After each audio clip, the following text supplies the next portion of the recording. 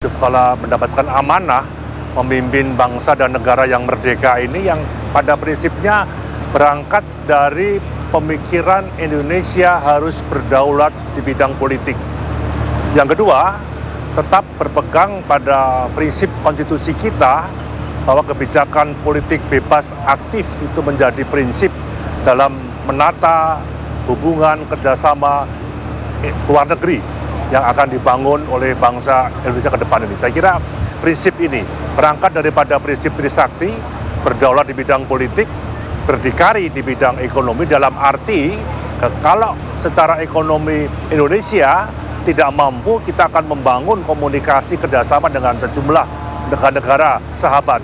Dan yang ketiga, sebagai negara yang berkepribadian, kita ingin menegakkan hal itu. Ini yang menjadi prinsip dasar mengenai kebijakan politik luar negeri dan pertahanan daripada Bapak Joko Widodo, khususnya ingin bagaimana memperkuat postur TNI kita, memperkuat postur Polri kita dalam Kamtibmas, dan memperkuat pegawai negeri sipil kita. Jadi ketiga hal ini dalam konteks peningkatan alutsista ingin terus ditingkatkan agar menjadi prajurit TNI, menjadi Polri yang profesional, menjadi PNS yang profesional.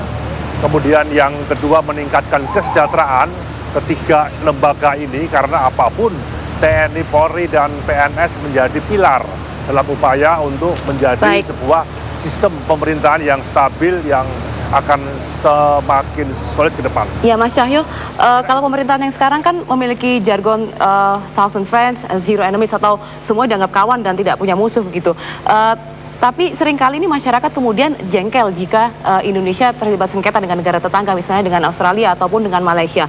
Mungkinkah jika nanti Capres nomor 2 ini terpilih akan bersikap lebih garang begitu terhadap negara-negara tetangga? Prinsip yang disampaikan Pak Jokowi dan Pak Kala kepada kami dari jubir tim beliau, bahwa satu, kita harus berani sebagai negara yang berdaulat di bidang politik, negara merdeka, harus berani menentukan sikap siapa kawan dan siapa lawan. Apapun negara-negara sahabat adalah kawan kita untuk membangun hubungan secara global yang lebih harmonis. Tetapi kalau kedaulatan negara kita diinjak-injak, satu warga negara kita tidak diberlakukan adil di negara mereka, ya saya kira mohon maaf kalau pemerintahan yang kuat, yang stabil yang akan dibangun oleh Pak Jokowi dan Pak Yusuf Kala, kita akan protes keras. Karena prinsipnya tadi kita ada kesetaraan, ada persamaan derajat. Kita menghargai negara-negara sahabat, tapi juga kami minta negara luar harus menghargai bahwa kita sebagai negara yang berdaulat di bidang politik, Mas Cahyo, yang punya hal yang menjadi prinsip dalam upaya untuk keterangan kita. Makanya konsep yang dipersiapkan oleh Pak Jokowi, penguatan perbatasan itu harus infrastrukturnya ditingkatkan, keterampilan warga masyarakat juga ditingkatkan, sehingga antara penguatan di wilayah perbatasan di negara maritim yang luas ini, kemudian kesejahteraan masyarakat di perbatasan itu juga harus diperhatikan. Baik, Mas Cahyo, sudah sangat jelas. Dokternya, perawatnya, bidannya, gurunya, PNS-nya, saya kira menjadi bagian yang sehingga kebijakan politik yang akan diambil itu lebih komprehensif dan integral. Itu yang menjadi prinsip yang nanti akan disampaikan oleh Pak Joko Widodo dalam debat malam ini, yang saya kira performnya akan seperti ini. Baik, Mas Cahyo, sudah sangat jelas. Saya beralih ke Pak Mahfud. Bagaimana Pak Mahfud? Apakah kemudian jika Capres nomor 1 ini terpilih akan lebih berani Pak jika bersengketa dengan Malaysia ataupun Australia ataupun negara lain, Pak? Oh iya, itu tentu itu adalah tuntutan masyarakat dan juga menjadi garis dari politik hukum dan politik hubungan internasional kita. Itu sudah tertulis itu ya di dalam misalnya undang-undang tentang sistem pembangunan nasional, pembangunan jangka menengah, jangka panjang dan sebagainya kan sudah tertulis. Persoalannya kan bukan soal normatif. Sekarang bagaimana itu ditegakkan, karena program-program seperti itu tadi yang semuanya bagus-bagus itu kan semuanya sudah ada sejak dulu.